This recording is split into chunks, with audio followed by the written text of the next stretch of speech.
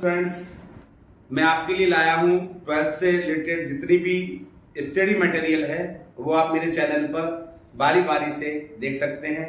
उसको लाइक करें, सब्सक्राइब करें। हेलो फ्रेंड्स, आज हम लेकर के आए हैं 12th क्लास का चैप्टर नंबर 3 विद्युत धारा, जिसमें हम टॉपिक पढ़ेंगे अपवहन वेग। बहुत इंपॉर्टेंट टॉपिक है ये और बोर्ड में इसमें हमेशा 1.5 नंबर का क्वेश्चन आता है। तो हम सभी चालक तारों को जानते हैं, आपने घरों में चालक तार देखे होंगे।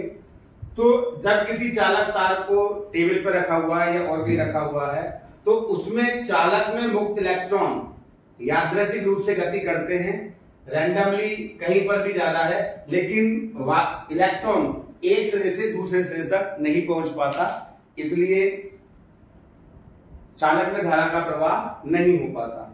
लेकिन जब हम देखते हैं प्लग में जब भी कोई वायर लगाते हैं, जैसे मैंने एक चालक तार को लिया है जिसे मैंने बैटरी से जुड़ा हुआ है, तो आप देख रहे हैं कि इलेक्ट्रॉन एक निश्चित दिशा में धन सिरे की ओर गति करते हैं, जिसके कारण इलेक्ट्रॉन का प्रवाह धारा के विपरीत होता है। यहाँ पे क्वेश्चन मिलता है आपको कि धारा का प्रवाह या धारा की दिशा बताइए, तो उसमें हम कहते हैं या तो धारा की दिशा कहें उच्च विभव से निम्न विभव की ओर या इलेक्ट्रॉन प्रवाह के विपरीत। अब जब विद्युत क्षेत्र आरोपित किया जाता है तो इसमें मुक्त इलेक्ट्रॉन यादृच्छिक रूप से गति करते हैं। तो यहां पर आपने पढ़ा होगा, जब भी किसी भी इलेक्ट्रॉन पर ये इलेक्ट्रॉन ऋणावेशित है और विद्युत क्षेत्र धनावेशित है, इसके कारण इस पर आवेश पर एक बल कार्य करता है जिसे हम कहते हैं वैद्युत बल। तो इस इलेक्ट्रॉन पर भी एक वैद्युत बल कार्य कर रहा है जो इलेक्ट्रॉन को अपनी ओर लाने का प्रयास कर रहा है। तो मैं यहां पर F, Q के स्थान पर E।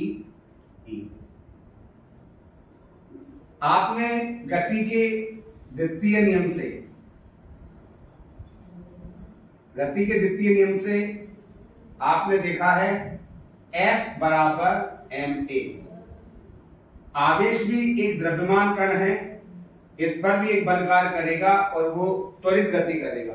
तो एक समीकरण बल की आपको यहां से मिलेगी और एक यहां से। अगर हम दोनों को बराबर करें तो हमें मिलता है कि बराबर QE। यहां से हमने निकाला इलेक्ट्रॉन का त्वरण। इलेक्ट्रॉन का त्वरण आपके पास आएगा A बराबर EE/n। अपवहन वेग जिसके बारे में अपन पढ़ना चाह रहे हैं वो है विद्युत क्षेत्र, जो अपन ने आरोपित किया। विद्युत क्षेत्र की उपस्थिति में इलेक्ट्रॉन का ऊष्मीय वेग मतलब जब इलेक्ट्रॉन यादृच्छिक गति कर रहे थे उसे अपन कहते हैं इलेक्ट्रॉन का ऊष्मीय वेग। ऊष्मीय वेग के अतिरिक्त मींस इलेक्ट्रॉन तो गति करेंगे ही, साथ ही साथ विद्युत क्षेत्र के कारण एक नियत वेग से भी गति करेंगे।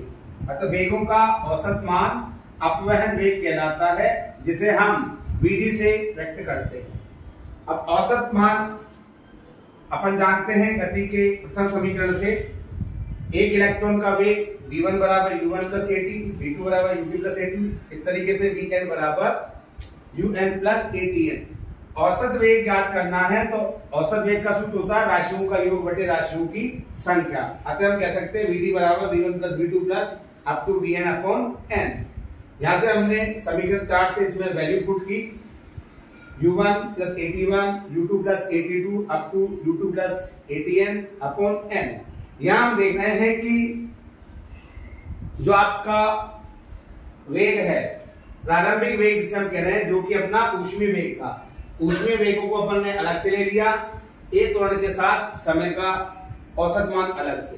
तो ये अपना आएगा u1 plus u2 up to un/n बराबर औसत वेग a कॉमन समय का औसत मान t। तो आपका u क्या है? औसत ऊष्मीय वेग। औसत ऊष्मीय वेग को हमने बताया है 0, क्योंकि जब इलेक्ट्रॉन गति कर रहा है तो ये अपनी दिशा लगातार बदलता है। वेग एक सदिश राशि है, इसलिए रैंडम वेलोसिटी का एवरेज वैल्यू 0 होता है, औसत वेग 0। तो अब हमारे पास आ गया Vd बराबर a t1। समीकरण 3, ए बराबर यू ई अपॉन एम से हमने यहाँ पर ए की वैल्यू पुट की है, तो रिजल्ट आता है वीडी बराबर ई अपॉन एम। तो ये हमारा अपवहन वेग कहलाएगा,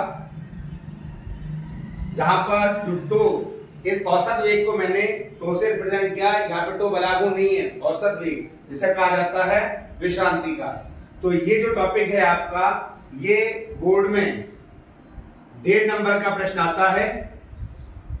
और नेक्स्ट वीडियो में अपन मिलेंगे गतिशीलता और अपवहन वेग और विद्युत धारा में संबंध। Thank you.